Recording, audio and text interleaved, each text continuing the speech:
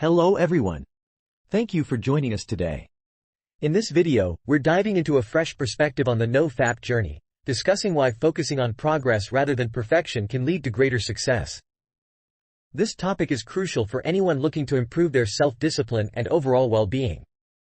If you find this content valuable, don't forget to hit that subscribe button and turn on notifications to stay updated with our latest videos. Let's get started. Unlocking your potential, a new NoFap strategy. Improvement pill here. Today, I want to give you a NoFap tip that I haven't really seen elsewhere, but it's something that I've been experimenting with myself.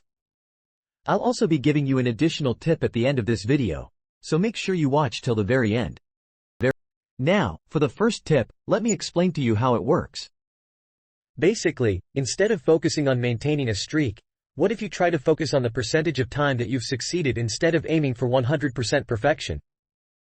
What if you simply aimed for 95%? The reason why I think this might be better is because we humans are simply not perfect. Unexpected things come up. Life likes to throw curveballs. *T happens. We mess up from time to time. But if you messed up for just one day, honestly, how much progress have you really lost? If you've been working out for 3 months and you miss one day, does that mean that you've lost all the gains that you've made? No, it really doesn't. You lost a bit of progress, sure, but in the big scheme of things, nothing much has changed. You've still been hitting the gym for 3 months, which is great. The same sort of thinking can be applied to NoFap. Let's say you're someone who used to jerk off every day and you decide to embark on the NoFap journey. You haven't fapped for weeks, but then one day something happens and you slip up just once. How much progress have you really lost? I would say not much. And in the big scheme of things, you've actually managed to reduce the amount of times you fap significantly. You should be feeling happy and proud, not guilty and sad. One of the biggest problems that I've noticed when people focus on streaks is the especially harsh downward spiral that it often leads people down if they do slip up. You feel as if you've lost all the progress you've made so far. And that you might as well keep doing it because why not? There's nothing else to lose.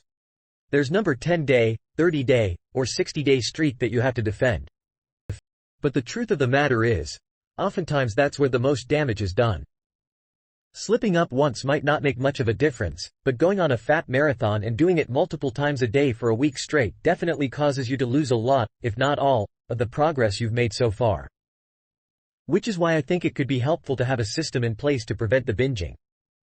Let me explain to you how this would work. Let's say you've been staying clean for 9 days, and on day 10 you slip up. If we look at this from the typical streak point of view, you've already failed. But if we switch to a percentage way of keeping track, missing 1 day out of 10 only means that you've dropped from 100% to 90%. Yes, it still stings a bit, but it doesn't feel nearly as bad as going from 100% straight down to 0, which is what essentially happens when you focus on maintaining a perfect streak. And the great thing about the percentage-based mindset is that if you pull yourself back together and avoid fapping for the next 5 days, you'll rise back to 93%. You actually have a chance to recover from the fall. You have an incentive to get up quickly and try again. With a percentage-based system, every time you slip up, you can see yourself losing more progress, but at the same time you're being given a chance to recover. With a streak system, you become obsessed with all or nothing. With a percentage-based system, you understand that mistakes happen, and when they do, you have a reason to get back up to defend the progress you've made so far.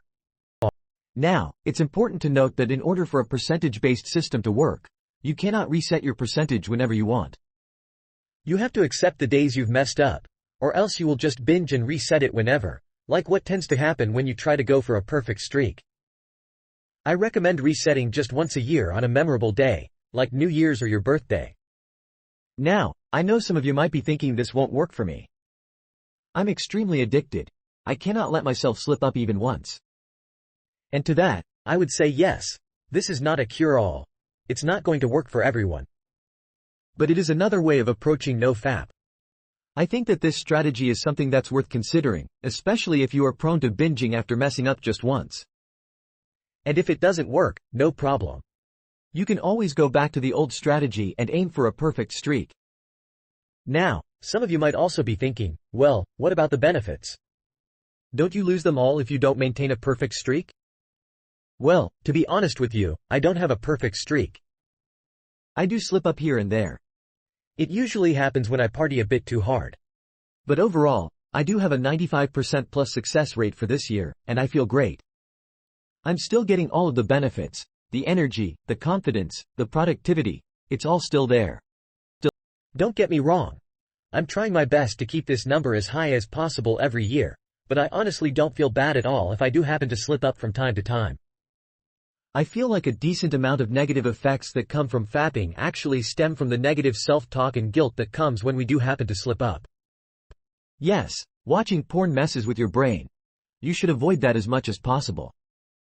But I think the negative self-talk that comes from slipping up can be just as bad.